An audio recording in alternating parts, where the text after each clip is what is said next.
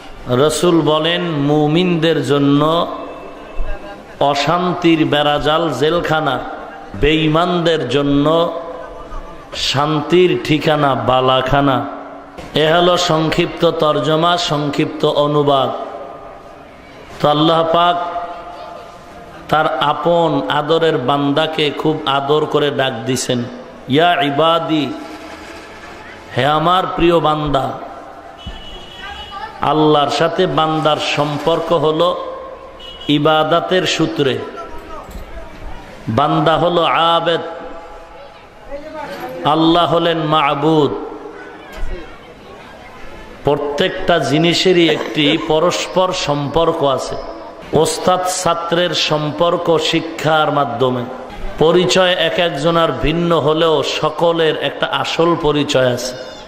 মা বাপ সন্তানের পরিচয় অন্যটা থাকলেও সন্তান আর বাবা এটাই মূল পরিচয়।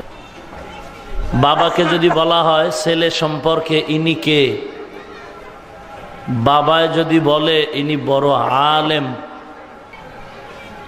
এই পরিচয়ের থেকে বাপ যদি বলে আমার কলিজার টুকরা সন্তান, আমার ছেলে, এর ভিতরে মোহব্বত বেশি, রৌনক বেশি। সন্তান পরিচয় দাও তোমার বাপ সম্পর্কে ইনি কে, সন্তান বলবে ইনি এক মাদ্রাসার প্রিন্সিপাল, ধনাঢ্য এক ব্যক্তি, দানবীর। এত কিছু না বলে যদি সন্তান বলে আমার পিতা, এটাই মহব্বতের পরিচয়, আসল পরিচয়। ছাত্র শিক্ষকের পরিচয়, ছাত্রর পরিচয় দিবে ওস্তাদ। কে এ বলবে তো বড় আলেম, বলে না আমার ছাত্র। ছাত্র বলবে ইনি অমুক মাদ্রাসার হুজুর, না বলে যদি বলে আমার ওস্তাদ, এর দ্বারা আরো মহব্বত বাড়ে, তৃপ্তি অর্জন হয় এবং এটা সম্পর্কের টোটাল সূত্র খুঁজে পাওয়া যায়। আল্লাহ পাক বলেন মুহাম্মদকে রহমাতুল্লিল আলামিন, মুহাম্মদকে খাতামুন নবিয়্যিন। সব পরিচয় একদিক দিয়া বলেন ইনি আমার বান্দা, ইনি আমার গোলাম। সুবহানাল্লাযী আসরা বিআবদিহি লাইলাম মিনাল মাসজিদিল হারাম ইলাল মাসজিদিল আকসাল্লাযী বারাকনা হাওলাহু লিনুরিয়াহু মিন আয়াতিনা। পবিত্র সত্তা হলেন তিনি, আল্লাযী আসরা বিআবদিহি, যিনি ভ্রমণ করিয়েছেন তার আপন গোলামকে। আবদিহি আয় মুহাম্মদ সাল্লাল্লাহু আলাইহি ওয়াসাল্লাম। নবী যদি বলতেন আমি ভ্রমণ করিয়েছি মুহাম্মদকে, যথেষ্ট ছিল। যদি বলতেন খাতামুন নবিয়্যিনকে, যথেষ্ট ছিল। কিন্তু না বলে বললেন আবদিহি, আমার বান্দা, আমার। আমরাও কার বান্দা? মুসলমানই একটু আওয়াজ দিবেন, আওয়াজটাই মুসলমানের বিজয়ের একটি সোপান। আর মুসলমানের দেশে মুসলমান আওয়াজ যদি না দেয়, এটা অত্যন্ত দুঃখজনক ব্যাপার। নিজের বাড়ির মধ্যে নিজেই যদি চুপচাপ থাকি, দুর্বলতা দেখাই, তো এটা তো কলঙ্কের পরিচয়। অতএব আমার বাড়ি বাংলাদেশে, আমি বাংলাদেশের মুসলিম নাগরিক, আদর্শবান আদবওয়ালা নবীর উম্মত। অতএব মুসলমান দেশে মুসলমানের আওয়াজই সবার উপরে হবে, অন্য কারোর আওয়াজ উপরে হতে দেয়া যাবে না। এই আওয়াজের দ্বারাই মানুষ মুসলমান বিজয়ের মালা গলায় পড়েছে। আজ আমাদের আওয়াজ দুর্বল, যে কারণে বেঈমান বেদিনরা মুসলমানের দেশে এসে মুসলমান সংখ্যা গরিষ্ঠতার দিক থেকে অনেক বেশি হওয়া সত্ত্বেও, মাদ্রাসা মসজিদ অনেক বেশি থাকা সত্ত্বেও মুসলমানের নাকের ডগায় হাত রেখে দুঃসাহসের পরিচয় দিয়ে বলে মাদ্রাসা ব্যাঙের ছাতার মতো গজিয়েছে। অথচ মুসলমান ধমক দিলে বেঈমান পালাবার জায়গাই পাওয়ার কথা না।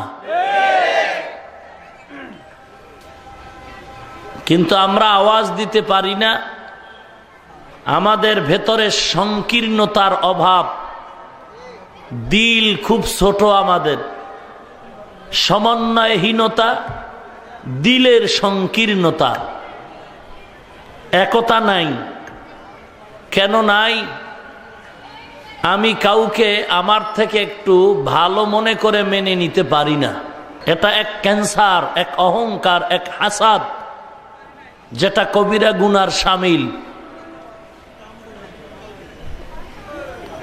আমি আমার প্রশংসায় পঞ্চমুখ, অন্যের প্রশংসা কানে আসলে আমি সহ্য করে নিতে পারি না। আবার আমার প্রশংসা আমি খুশি, আমার যে টুকটাক ত্রুটি আছে নিজেও ধরি না, কেউ ধরায়া দিলেও মেনে নিতে পারি না। এটা মুমিনের পরিচয় নয়। মুমিন ওই ব্যক্তি প্রশংসায়ও খুশি হয় না, বদনাম ত্রুটি ধরলেও বেজার হয় না। অতএব আওয়াজ আমাদের ছোট করার সুযোগ নাই। শুধু বাংলাদেশ বলে নয়, ইতিহাস প্রমাণ, সারা পৃথিবী শাসন করেছে মুসলমান, বাহাদুরি করেছে মুসলমানেরা, মুসলমানের কর দিয়া চলেছে সমস্ত বেঈমান বেজাতিরা। অতএব ভয়ের কিচ্ছু নাই। মুসলমান এক সময় দেশ পরিচালনা করেছে, বেঈমান ছিনিয়ে নিয়েছে। আবারও একদিন মুসলমান গোটা দুনিয়াকে পরিচালনা করবেন। তবে এর আগে আমাকেই শুদ্ধ হতে হবে, পরিশুদ্ধতার দরওয়াজা দিয়ে ঢুকতে হবে।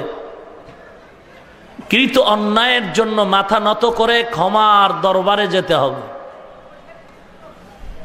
রসুলকে এক মহা সফরে নিতেছেন তো আল্লাহর আপন বাড়িতে, তো আল্লাহর সাথে আসল সম্পর্কের কারণে আল্লাহ পাক অন্য পরিচয় না দিয়া আসল পরিচয় দিলেন, আমার বান্দা। আমাদেরকেও বলেন আমার বান্দা। এতটুকু বলেই চুপ না, বলে তোমরা যারা শয়তানের ওয়াসওয়াসায় পড়ে অন্যায় করে অন্তরকে কালিমা যুক্ত করেছো, লা তাকনাতু মির রাহমাতিল্লাহ, আমি আল্লাহ পাকের রহমতের দরওয়াজা থেকে নিরাশ হয়ে ফিরে যেও না। আসো, পাহাড় পরিমাণও যদি অন্যায় করে বসো, দিলটাকে নরম করে ক্ষমা চাও। ক্ষমা চাইতে তোমার দেরি হতে পারে, ক্ষমা দিতে আমার দেরি হবে না। আসলে আমাদের ক্ষমা চাইতে দেরি হয়, আল্লাহ দিতে দেরি করেন না। আমরা ক্ষমা চাইতে অনেক দেরি হয়। আবার যাও চাই, ক্ষমার মতো চাই না। চাইয়া রাখলাম, হইলে হইল, না হইলে নাই। অ্যাপ্লিকেশন দিয়া রাখলাম, চাকরি হলেও হতে পারে, না হলেও হতে পারে, তদবির করলাম না। তদবির ছাড়া মামলা চলে না, চাকরি চলে না।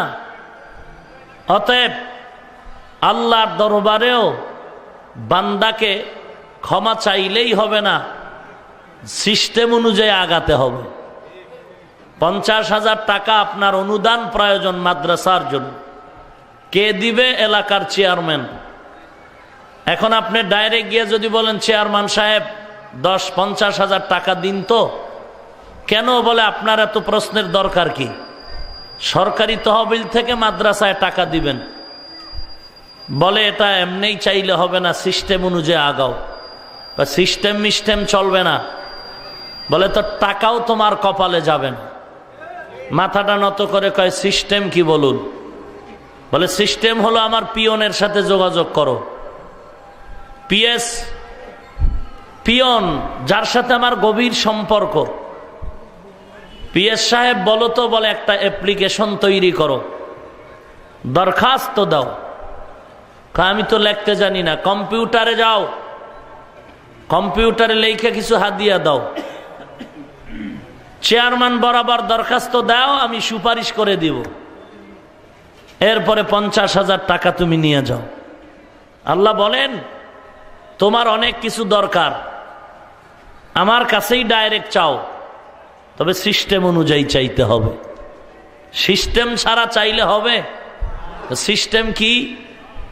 বলে আমার সাথে যার গভীর সম্পর্ক তাকে দিয়ে সুপারিশ করাও। এই পাগলের গোষ্ঠী বাংলাদেশের যে সমস্ত মানুষ আজ মানুষকে ঘোলা পানিতে ডুবায়া বলে কোনো সুপারিশকারী লাগবে না, ওসিলা লাগবে না, মুরব্বি লাগবে না, অবশ্যই তাদেরকে এখন চিহ্নিত করার সময় এসেছে। বুঝে আসছে? খুব সাবধান। মৌমাছির বাসার থেকে মধু খাওয়ার তোমার খুব শখ, গিয়া মৌমাছির একটা চটকানা দিয়া সরায়া তুমি মধু নিয়ে আস। বলে বেয়াদবি করা যাবে না, মিস কল দিলে হাত চোখ নষ্ট হয়ে যাবে। বলে তাহলে কি করতে হবে? কিছু তদবির মন্ত্র আছে, এগুলি পড়ে যাও। মন্ত্র না পড়ে মধু খাওয়ার শখে হাত দিও না। হাত মধু পোকার একটা মিস কলে ধ্বংস হয়ে যাবে। অতএব মন্ত্র যদি না পারো, যারা পারে তাদের দিয়ে মৌমাছির বাসার থেকে মধু নাও। তুমি মাস্তানি করিও না যে আমার কথায় গোটা দেশ চলে, মৌমাছি চলবে না কেন? বলে সব জায়গায় পাগলা মাস্তানি চলে না, ওখানে যাইতে হলে মন্ত্র পড়ে যাও। আলেমদের ব্যাপারে কথা বলতে হলে বাংলা বোখারি পড়লে হবে না, কোরআন হাদিসের এবারও তাকে শিখো, মাদ্রাসায় পড়ো, এরপরে কথা বলো। আদার ব্যাপারী জাহাজের খবর নিও না, রিক্সাওয়ালা ট্রাকের সাথে পাল্লা দিও না। হে মাখলুক, তুমি খালেকের সাথে মাস্তানি করিও না। আল্লাহর কাছে কিছু চাইতে হলে সিস্টেম অনুযায়ী আগাও। বলে তুমি চাইলেই পাও না কেন? তোমার জিহ্বায় বিড়ির আগুন, তোমার জিহ্বায় মিথ্যা কথা গীবত, তোমার জিহ্বা, তোমার অন্তর নাপাক। অতএব যার জিহ্বাটা ভালো, যার অন্তর ভালো, এমন একজন খাঁটি আল্লাহর বান্দাকে সুপারিশ ধরো। সে যদি আল্লাহকে বলে, আল্লাহ এলাকার মানুষের উপরে শান্তি দাও, এলাকায় শান্তির বাতাস দাও, অসুস্থ রোগী সুস্থ করে দাও, ওই বান্দা মুস্তাজাবুদ দাওয়াত, জিহ্বায় সদা জিকির আর কোরআন তেলাওয়াত। চাইতে দেরি হবে, আসতে দেরি হবে। বলবেন কই, কত চাই পাই না যে।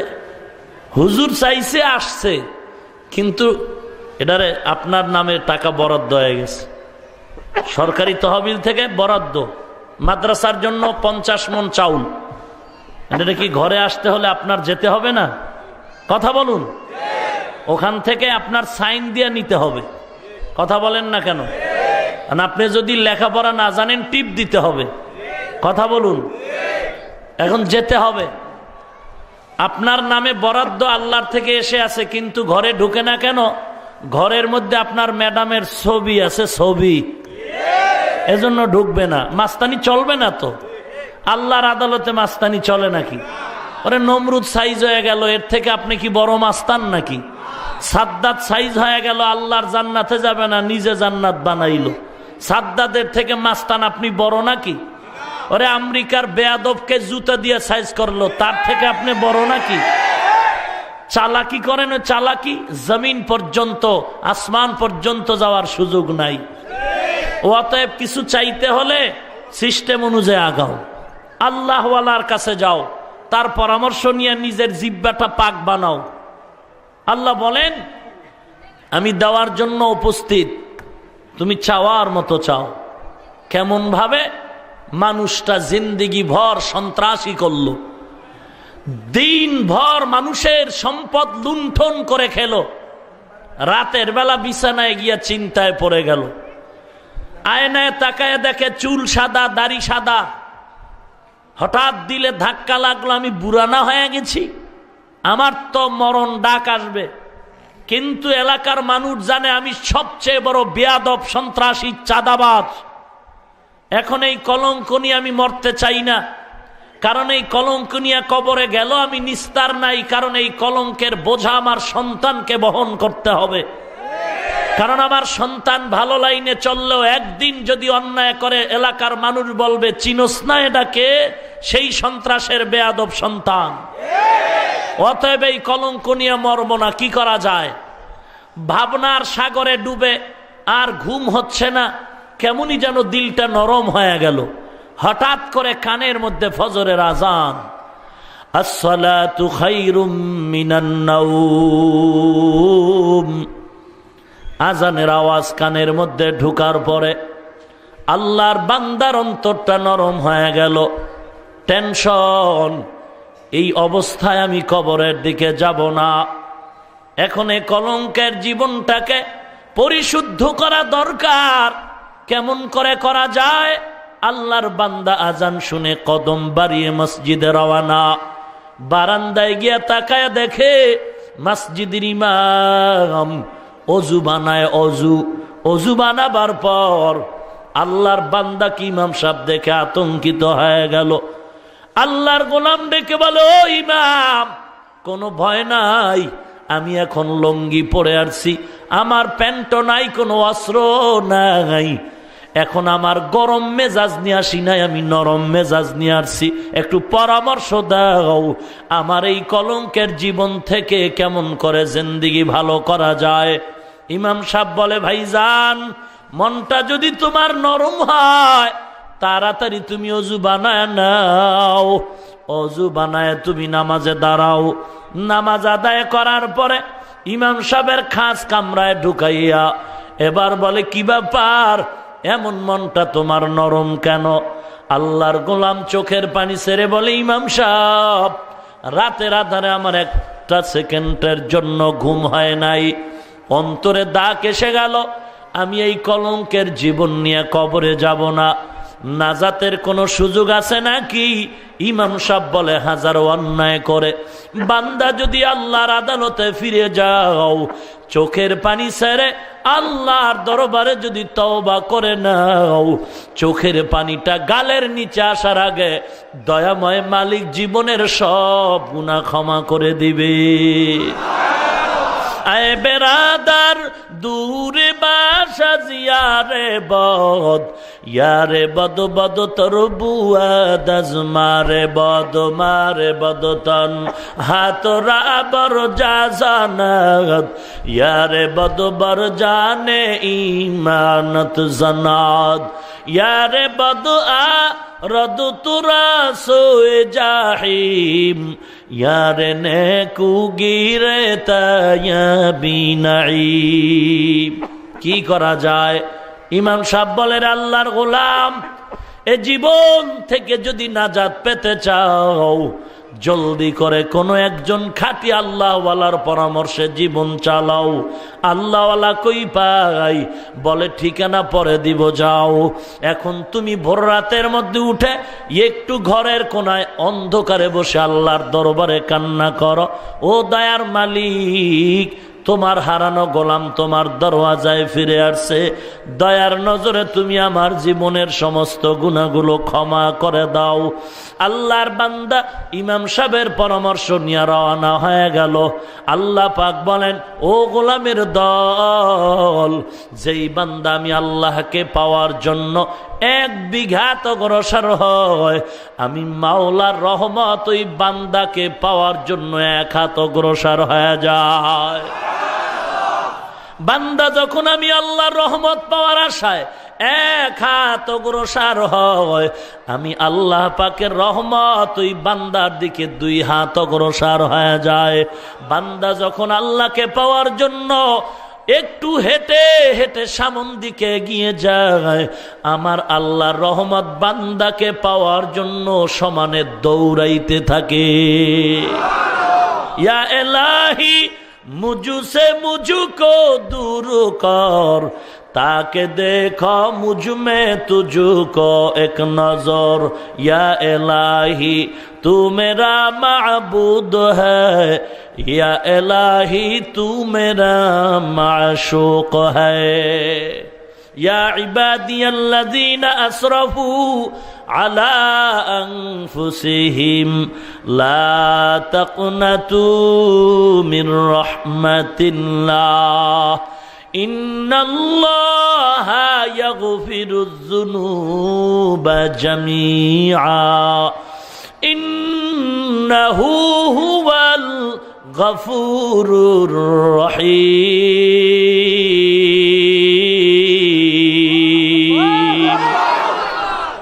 এই কালামে জিন্দা কুরআনে হাকিম তাউলা ইয়াজালাসত কদিম জামিউল ইলম ফিল কুরআনে হাকিম تقاصر عنه أفهام الرجال بخاء قرآن كلام الله بشنا قدیمست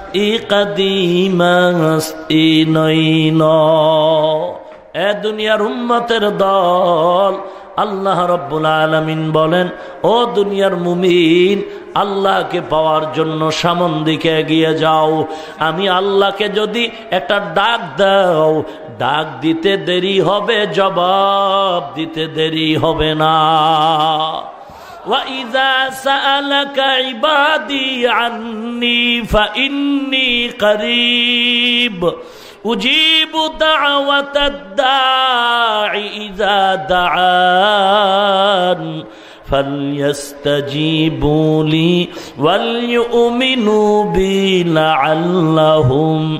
لَعَلَّهُمْ يَرْشُدُونَ ভাইরা আমার আল্লাহ রাব্বুল আলামিন বলেন আমি আল্লাহর বান্দা যদি একবার ডাক দাও বান্দার ডাকের জবাব দিতে আমার দেরি হয় না এ মুমিনের দল আল্লাহর বান্দা ইমাম সাহেবের পরামর্শ নিয়ে সামন দিকে আগায় বাড়ির মধ্যে যাওয়ার পর ইমাম সাহেবের পরামর্শ অনুযায়ী আল্লাহর মোহাব্বতে গভীর রাত গোপনে উঠে যায় নামাজ বিছাইয়া সুন্দরভাবে আল্লাহর মোহাব্বতে আল্লাহকে ডাক দিলেন আল্লাহর দরওয়াজায় গিয়া ডাক দিয়া বলেন ও মালিক আমার মতো গুনাহগার কেউ নাই মেহেরবানি করে তুমি আমার ডাক সাড়া দিয়া কবুল করে দয়ার নজরে জীবনের সব গুনাহগুলো ক্ষমা করে দাও আল্লাহর বান্দা যখন চোখের পানি ছেড়ে কান্না শুরু করেছে আল্লাহ রাব্বুল আলামিন বান্দার চোখের পানি দেখলেই মায়া লেগে যায় বান্দার চোখের পানির প্রতি আল্লাহ বড় দুর্বল ফেরাউন গভীর রাতে আল্লাহর দরবারে কাঁদে আর বলে রে মালিক আমি জানি তোমার মতো কেউ নাই তুমি একজন আল্লাহ তবে আমি দুনিয়া চাই পরকাল কিছুই চাই না তুমি আমাকে দুনিয়ার মাস্তানি দাও অনবীর উম্মত মূসা নবী ফেরাউনের ব্যাপারে বিচার চায় আল্লাহ বলেন ও মূসা আগামীকাল বৃষ্টি হবে সকাল 10টায় আগুনের বৃষ্টি যেই আগুনের বৃষ্টির মাধ্যমে ফেরাউন ধ্বংস হয়ে যাবে 10টা 12টা 2টাও বেজে গেল আগুনের বৃষ্টি নাই পয়গম্বর মূসা নবী বলেন আল্লাহ বৃষ্টি কেন হলো না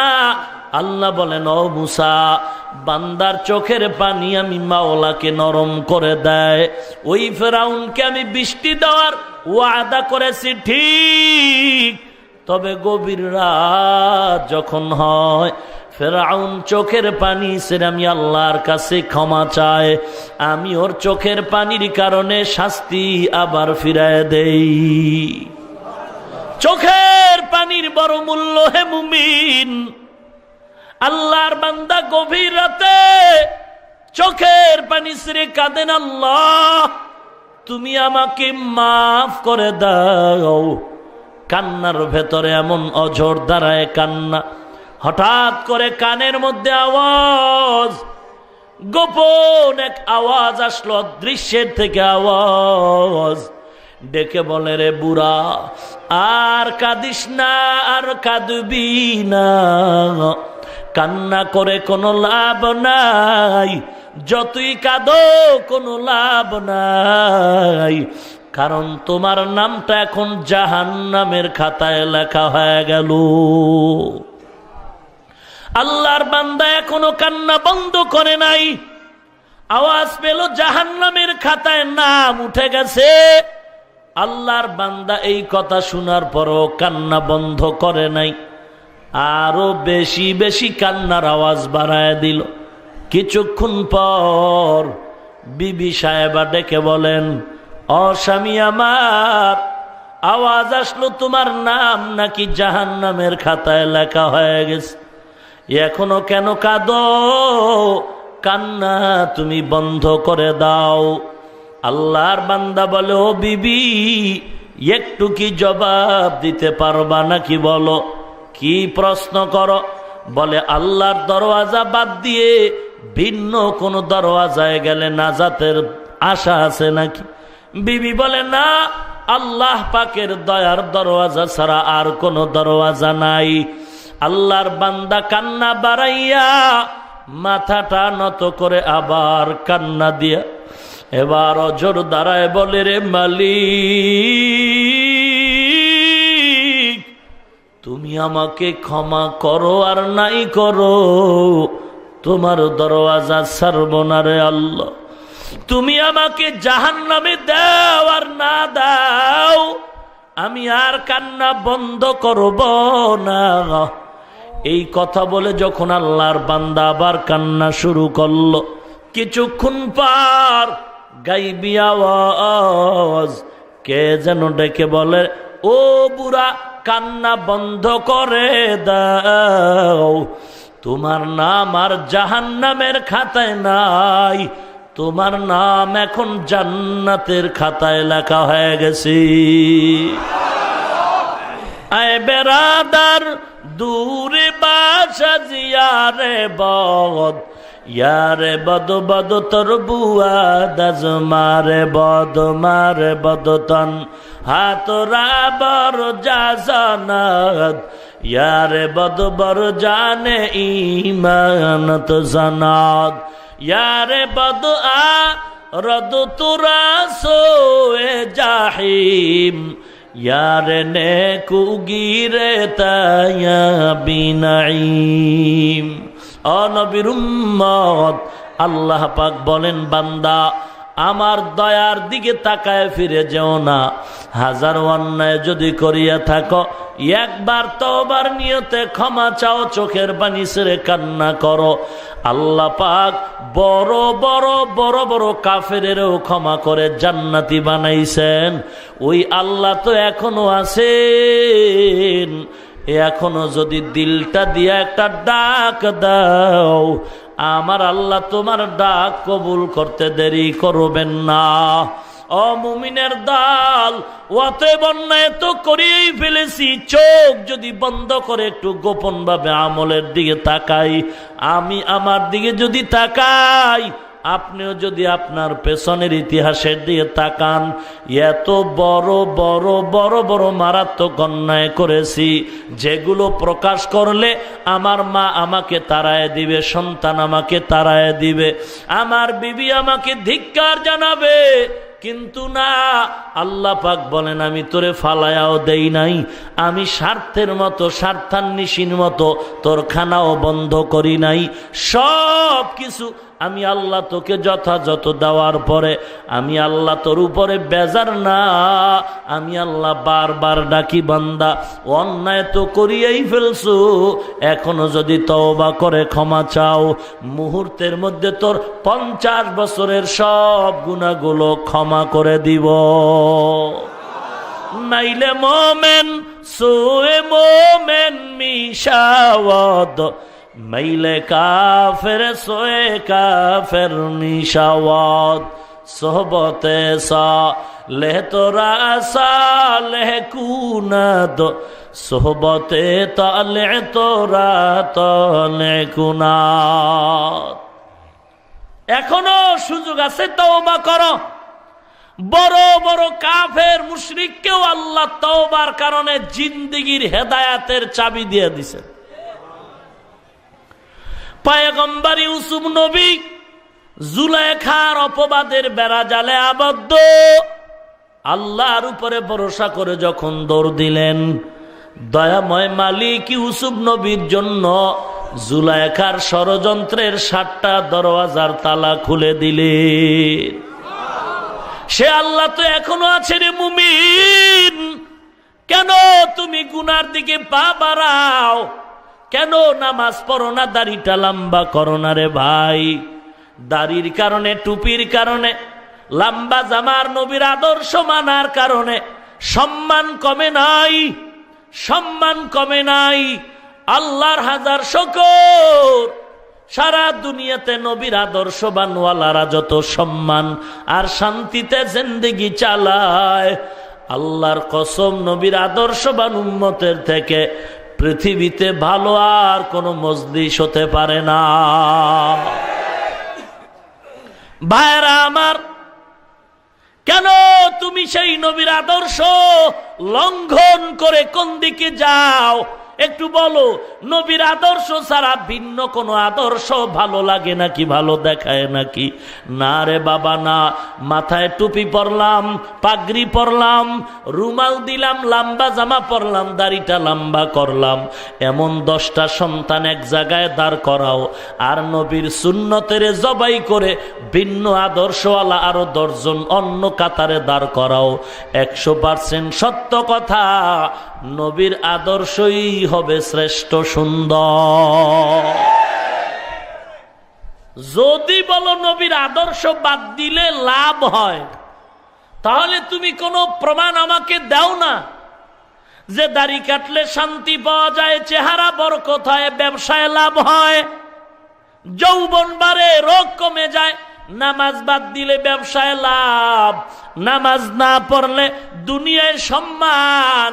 না না, টাকা দিয়ার সম্মান মাঝে মাঝে কিনা যায়, তবে টাকার সম্মানের অপর পৃষ্ঠে হলো জুতার বাড়ি। আর আল্লাহ যে সম্মান দান করেন, এগুলো মানুষ জুতা রাখে পায়ের নিচে, আর ওই জুতা মানুষের কপালে দেয়। আর যারা আল্লাহর প্রদত্ত সম্মান রসুলের আদর্শের মাধ্যমে অর্জন করে, তাদের সম্মানিত মাথাটার মধ্যে ওই সম্মানী কোরআনওয়ালাকে মাথায় তুলে নেয়। ভাইরা আমার, টুপির কারণে সম্মান কমে নাই, লম্বা জামার কারণে, কোরআন পড়ার কারণে সম্মান ইজ্জত কমে নাই, বরং সারা দুনিয়ার ভেতরে আল্লাহ পাক এত সম্মান দান করেছেন, আমাদের মতো শান্তিতে আর সম্মানে কেউ নাই। আমরা আল্লাহর রহমতে যদিও কোনো সরকারি চাকরি করি না, যদিও আমরা কোনো সার্টিফিকেটও পাই নাই, কারণ কওমি মাদ্রাসা, দেওবন্দের মাদ্রাসা, হাটহাজারী পটিয়া মেখল, যাত্রাবাড়ি মাদ্রাসা, মাদানীনগর মাদ্রাসা, মালিবাগ মাদ্রাসা, বসুন্ধরা মাদ্রাসা, লাখো কওমি মাদ্রাসায় যেখানে পড়লে সরকারি চাকরি নাই, যেখানে লেখাপড়ার পরে কোনো সার্টিফিকেট নাই, একটু কোনো বাঘের বাচ্চা কি দাঁড়ায় বলতে পারবা সার্টিফিকেটের অভাবে, চাকরির অভাবে কোনো আলেম, কোনো কারি সাহেব, কোনো হাফেজ সাহেব ভিক্ষার জন্য, খানার জন্য সন্তান নিয়ে রাস্তায় ভিক্ষা করে? একটা প্রমাণ যদি দিতে পারো ভাই, কালকে থেকে মাদ্রাসার বিরুদ্ধে কথা বলবো। পারবা না রে বাবা, পারবা না। কিন্তু তাকায় দেখো, তুমি ডান হাতে সরকারি চাকরি করে 20,000 খাও, আবার টেবিলের নিচে বাম হাতটা বাড়াইয়া কুত্তার জিব্বার মতো তুমি গরিবের বেতন মেরে জুলুম করে 30,000 খাও, 50,000 টাকা পাইয়াও কলিজায় তোমার শান্তি নাই। আবার আন্দোলন করো রাস্তায় নামিয়া, সরকারের বিরুদ্ধে কথা কও, বেতন যদি না বাড়াও গদির মধ্যে লাল বাতি জ্বালায় দিব। অথচ মসজিদের ইমামের বেতন 10,000, 5,000, মুয়াজ্জিনের বেতন 5,000, 5-7 মাস বাকি। কোনদিন ইমাম সাহেব মুয়াজ্জিন কমিটির বিরুদ্ধে কথা বলে না, কারো ব্যাপারে মন্তব্য করে না, বরদোয়াও করে না। যখন দোয়া করে তখন অন্তর ভরে বলে, আল্লাহ এলাকায় শান্তি দাও, ব্যবসাওয়ালাদের ব্যবসায় বরকত দাও। ওরে মুসলমান, বাকি বেতন নিয়েও বান্দা এত চলে আরামে। জামার কাপড়ের গজ হলো 600 টাকা, এত আরামে আল্লাহ কেমন করে চালায়? যদিও চাকরি নাই, সার্টিফিকেট নাই, বেতনের স্কেল হলো 5%, আর তুমি 50,000 টাকা পাইও শান্তি পাও না। ইমাম অল্প টাকায় শান্তি কেমন করে? তুমি তো বেতন যা পাও আবার জুলুম করো, দুর্নীতি করো, চাঁদাবাজি করো।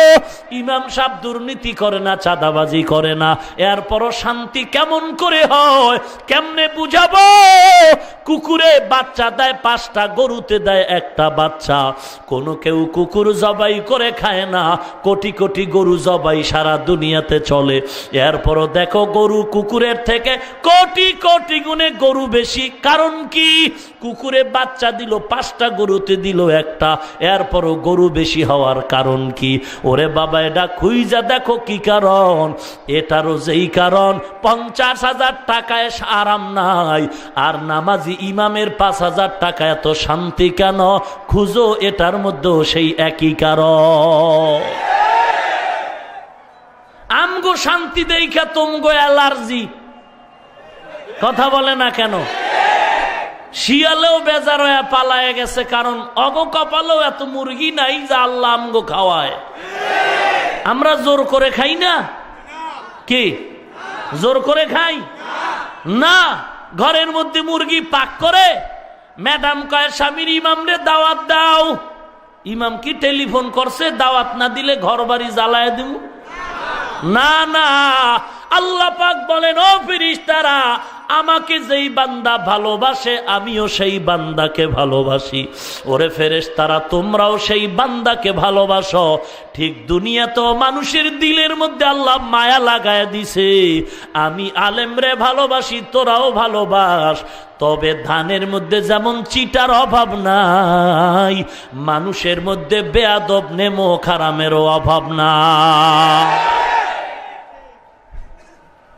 অতএব অনুরোধ করে বলি রে মুমিন, আজকে বলতেছ মাদ্রাসায় জঙ্গি ট্রেনিং হয়।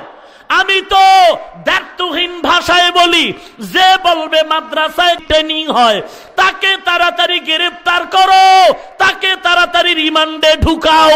কারণ ও জানলো, ও জানে কোথায় জঙ্গি ট্রেনিং হয়, ও তার সাথে জড়িত আছে।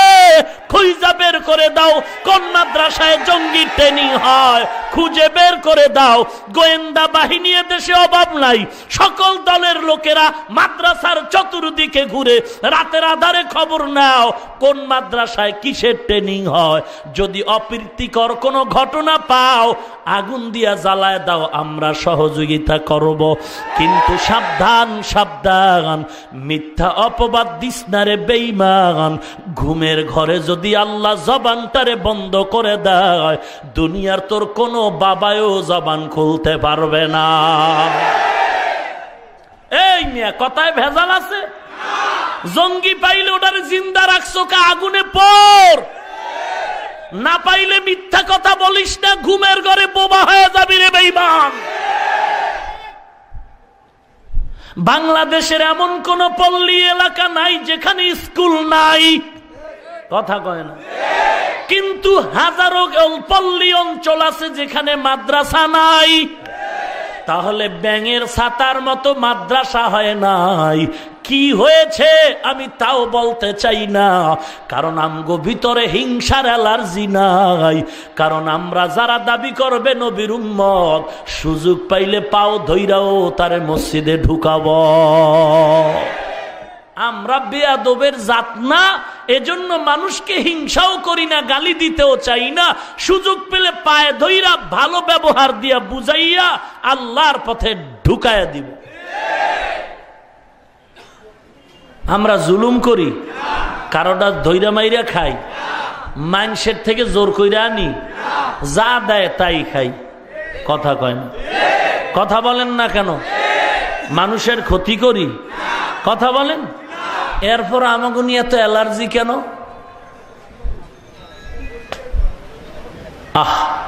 এটি আর কেমনে বুঝাম? এটি বুঝানো লাগবে, বেতসারা বুঝানোর আর কোনো দলিল টলিল নাই। আল্লাহ আপনি দয়ার নজরে হেদায়াত দান করুন।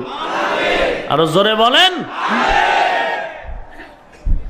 বাংলাদেশে এমন কোন চাকরিজীবী নাই একেবারে সরকারি মাদ্রাসা থেকে শুরু করে স্কুলের পিয়ন পর্যন্ত সরকারের বিরুদ্ধে আন্দোলন করে না, অথচ সরকারের দেওয়া খাইয়া লইয়া সরকারের সমালোচনা করে। এরা কত বড় সরকারের দুশ্মন। আমরা কোন সমালোচনা করি? আমগো দুইটা কিল দিবা আর তুমি কিছু খাইবা না, এটা কেমনে হয়? কি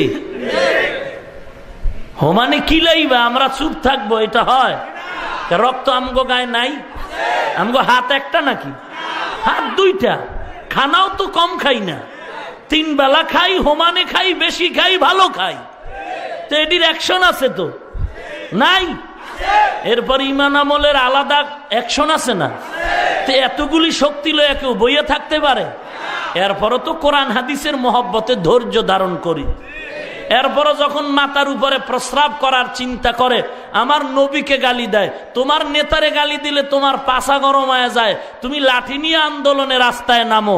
তোমার আব্বা কইলো আব্বারে গালি দাও, তোমার নেতার বিরুদ্ধে তোমার মা কইলো মাকে গালি দাও, তোমার ম্যাডাম বললো ম্যাডামের সাথে কথা বলো না। আর আমি নবীর আদর্শ মাইনা বাদশার চেয়ারে বসছি, বাদশাহী শান্তি পাইতেছি, সেই নবীরে গালি দিলে চুপ থাকবো? ভাবো কি করে? আল্লাহ আমাদের হেদায়াত দান করুন। তওবা করে নিজের জিন্দেগিকে সুন্দর করার তৌফিক দান করুন। আরামগো কিছু জাতি ভাইরা প্যাচ লাগাইতেছে 40 বছরের সাজানো সংসারকে ভেঙ্গে চুরমার করে দ্বন্দ্ব বিধন্দ ঢুকাইয়া এরপরে তাবলীগ ওয়ালাদের বিরোধিতায় মাঠে নামেছে, আল্লাহ ওয়ালাদের বিরুদ্ধে কথা বলে, এরপরে মাযহাব ওয়ালাদের বিরুদ্ধে কথা বলে, আবু হানিফাকে মুশরিক বলে গালি দেয়, খাজা মুঈনুদ্দিনকে গাঞ্জাখোর বলে গালি দেয়। 40 বছরের আল্লাহ ওয়ালাদের মেহনতের ফসল সাজানো মুসলমানের সংসারকে আজকে যারা দ্বন্দ্ব বিধন্দ করে ডিভাইড করতে চায়, এ সমস্ত ইহুদির দালালকেও চিনে রাখতে হবে।